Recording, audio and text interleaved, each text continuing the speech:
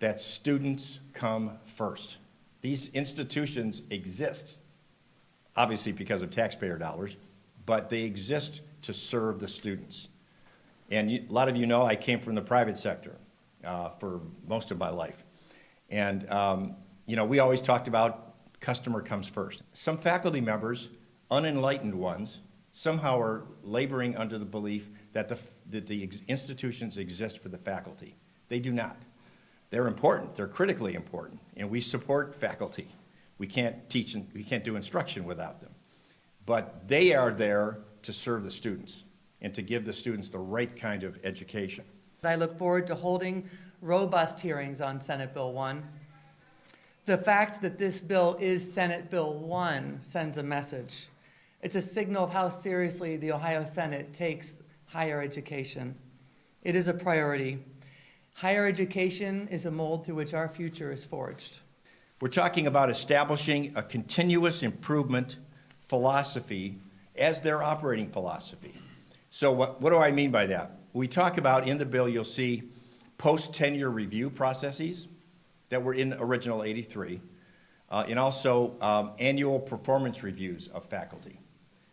I ask you, who could be against either of those two? Private businesses, private sector has been doing performance reviews annually for as long as I can remember, okay? I mean, 50, 60 years it's been happening. Many of you, as members of the media and the companies that own your media outlet, you get performance reviews, right? If not a formal one, if you don't do a good job for 3 or 4 months, you're gonna get a performance review of some sort. Why not in our academic institutions? If we have to instill an environment of continuous improvement, even if you've been granted tenure, we need to make sure that you are not just riding the wave until your retirement.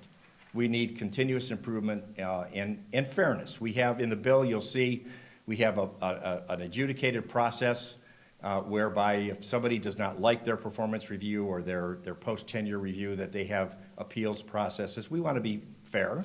Ohio is important in this economy across the country, but we have to be able to compete with intellectual capital. And that is the key point here. If we are not focused on elevating our universities and bringing people into our state and educating them and getting them jobs to attract businesses, because one of the first things in the private sector, and Senator Serino will know this, and Senator Rogner, is they say, let's look at workforce. They have to have employees. They have to be able to produce something. And that's the key part of this legislation as well. Let's deal with the issue of DEI, but let's truly focus on why we're here and who we are in higher education.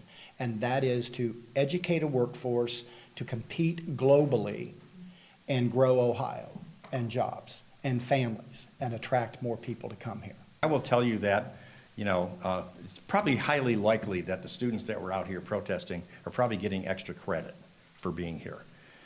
They are here not because I don't believe, and this is just subjective, I don't believe that they have studied the bill and all the implications of this legislation and the impact on higher education in Ohio. I believe that they were asked to be here by their professors, okay? And they're free to do that if they wish. But, I'm not sure, I've heard from a lot of students who don't show up, don't leave their jobs or classroom work to come and protest, who really deeply care that we fix things in higher education in the state of Ohio. We're listening to all students, all parents, all taxpayers.